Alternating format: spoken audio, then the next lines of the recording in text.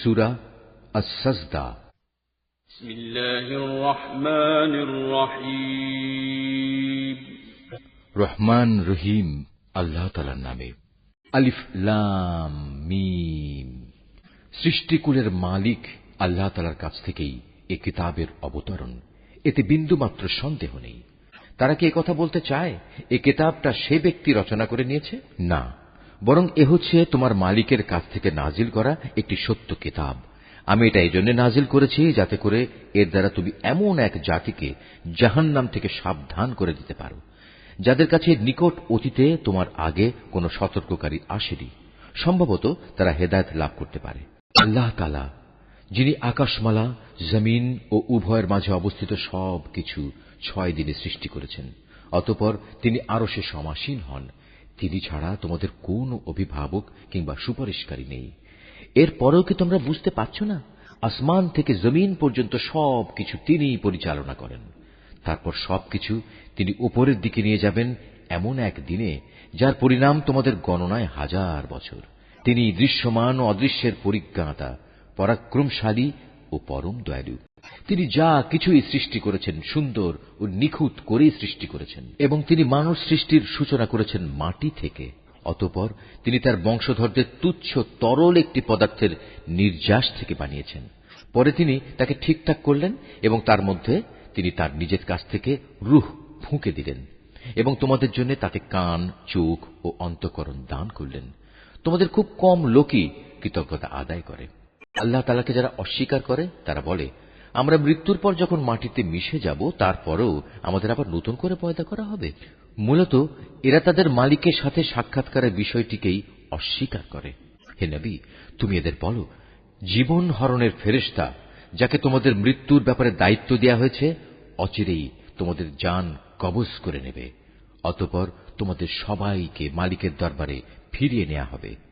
হে নবী, যদি তুমি সে দৃশ্য দেখতে যখন অপরাধীরা নিজেদের মালিকের সামনে মাথা নিচু করে দাঁড়িয়ে থাকবে এবং বলতে থাকবে, হে আমাদের মালিক, আমরা তো আজ সব কিছুই দেখলাম এবং তোমার সিদ্ধান্তের কথাও শুনলাম। অতএব তুমি আমাদের আর একবার দুনিয়ায় পাঠিয়ে দাও। আমরা ভালো কাজ করব। এখন আমাদের পূর্ণ বিশ্বাস অর্জিত হয়েছে। আল্লাহ তাআলা বলবেন, আমি চাইলে প্রত্যেক ব্যক্তিকে হেদায়েত দিয়ে দিতাম, কিন্তু আমার পক্ষ থেকে সে ঘোষণা আজ সত্য প্রমাণিত হল। আমি মানুষ ও জিনদের মধ্যে থেকে এদের সবাইকে দিয়ে জাহান্নাম পূর্ণ করব। এদের বলা হবে, যাও তোমরা জাহান্নামের শাস্তি আস্বাদন করো। যেভাবে তোমরা আজকের এই সাক্ষাৎকারের কথা ভুলে গিয়েছিলে, আমিও তেমনি আজ তোমাদের ভুলে গেলাম। যাও নিজেদের কৃতকর্মের প্রতিফল হিসেবে জাহান্নামের চিরস্থায়ী শাস্তি ভোগ করো। আমার আয়াতসমূহের উপর তারাই ঈমান আনে। যখন তাদের আয়াত দ্বারা উপদেশ দেয়া হয় তখন তারা সাথে সাথেই সাজদাবনত হয়ে পড়ে। উপরন্তু তারা তাদের মালিকের সপ্রশংস পবিত্রতা ঘোষণা করে এবং নিজেরা অহংকার করে না। তাদের পার্শ্বদেশ রাতের বেলায় বিছানা থেকে আলাদা থাকে। তারা নিশুতি রাতে আযাবের ভয়ে এবং জান্নাতের আশায় তাদের মালিককে ডাকে। তদুপরি আমি তাদের যা কিছু দান করেছি তারা তা থেকে আমার পথে ব্যয় করে। কেউ জানে না কি ধরনের নয়ন প্রীতিকর বিনিময় তাদের জন্য লুকিয়ে রাখা হয়েছে।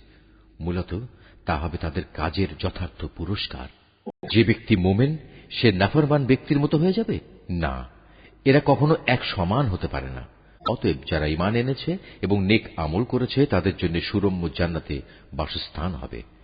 এই মেহমানদারি হবে তাদের নেক কাজের পুরস্কার যা তারা করে এসেছে। যারা আল্লাহ তাআলার নাফরমানি করবে তাদের বাসস্থান হবে জাহান্নামের আগুন। যখনই তারা সেখান থেকে বেরিয়ে আসতে চেষ্টা করবে তখনই তাদের ধাক্কা দিয়ে তার ভিতরে ঠেলে দেয়া হবে এবং তাদের বলা হবে, যাও আগুনের আযাব ভোগ করে নাও। তোমরা তো এ বিষয়কে মিথ্যা প্রতিপন্ন করতে। জাহান্নামের বড় আযাবের আগে আমি অবশ্যই তাদের দুনিয়ার ছোটখাটো আযাব আস্বাদন করাবো, এই আশায় যে হয়তোবা এতে করে তারা আমার দিকে ফিরে আসবে। তার চেয়ে বড় জালেম আর কে হতে পারে যে ব্যক্তিকে তার মালিকের আয়াতসমূহ দ্বারা নসিহত করা হয় অতঃপর সে তা থেকে মুখ ফিরিয়ে নেয়। অবশ্যই আমি নাফরমানদের কাছ থেকে প্রতিশোধ নেব। হে নবী, তোমার আগে আমি মূসাকেও কিতাব দিয়েছিলাম, অতএব তুমি তার আল্লাহর সাথে সাক্ষাতের বিষয়টিতে কোন রকম সন্দেহ করো না। আমি যে কিতাব তাকে দিয়েছি তা আমি বনী ইসরায়েলদের জন্য পথ প্রদর্শক বানিয়ে দিয়েছিলাম। আমি তাদের মধ্যে থেকে কিছু লোককে নেতা বানিয়েছিলাম। তারা আমারই আদেশে মানুষদের হেদায়েত করত, যখন তারা অত্যাচারের সামনে কঠোর ধৈর্য ধারণ করেছে। সর্বোপরি তারা ছিল আমার আয়াতের উপর একান্ত বিশ্বাসী। অবশ্যই হে নবী, তোমার মালিক কিয়ামতের দিন সে সব কিছুর ফয়সালা করে দেবেন যেসব বিষয়ে তারা দুনিয়ায় মতবিরোধ করে বেড়াত। হে নবী, তোমার জাতির লোকেরা কি এ থেকে হেদায়েত পায়নি যে আমি তাদের আগে কত জাতিকে ধ্বংস করে দিয়েছি, যাদের বাসস্থানসমূহের মাঝ দিয়েই তারা সব সময় চলাফেরা করে? অবশ্যই এতে তাদের আল্লাহ তাআলাকে জানা ও চেনার জন্য অনেকগুলো নিদর্শন রয়েছে। এরপরেও কি এরা শুনবে না? ওরা কি লক্ষ্য করে দেখে না আমি কিভাবে উর্বর ভূমির ওপর পানি প্রবাহিত করি এবং পরে তারই সাহায্যে আমি সেই ভূমি থেকে ফসল বের করে আনি, যা থেকে তাদের গৃহপালিত জন্তুগুলো যেমনি খাবার গ্রহণ করে তেমনি খায় তারা নিজেরাও। এ সত্ত্বেও কি এরা আল্লাহ তাআলার অসীম কুদরতের চিহ্ন দেখতে পায় না? তারা বলে, যদি তোমরা তোমাদের দাবিতে সত্যবাদী হও তাহলে সেই বিচারের ক্ষণটি কখন আসবে যার কথা বলে তোমরা আমাদের ভয় দেখাচ্ছ? হে নবী, তুমি বলো, যারা কুফরি করেছে বিচারের দিন তাদের ঈমান কোনোই কাজে আসবে না, না তাদের কোন রকম অবকাশ দেওয়া হবে। অতএব হে নবী, তুমি এদের এসব কথাবার্তা থেকে বিমুখ থাকো এবং তুমি শেষ দিনের অপেক্ষা করো। তারাও অপেক্ষা করছে।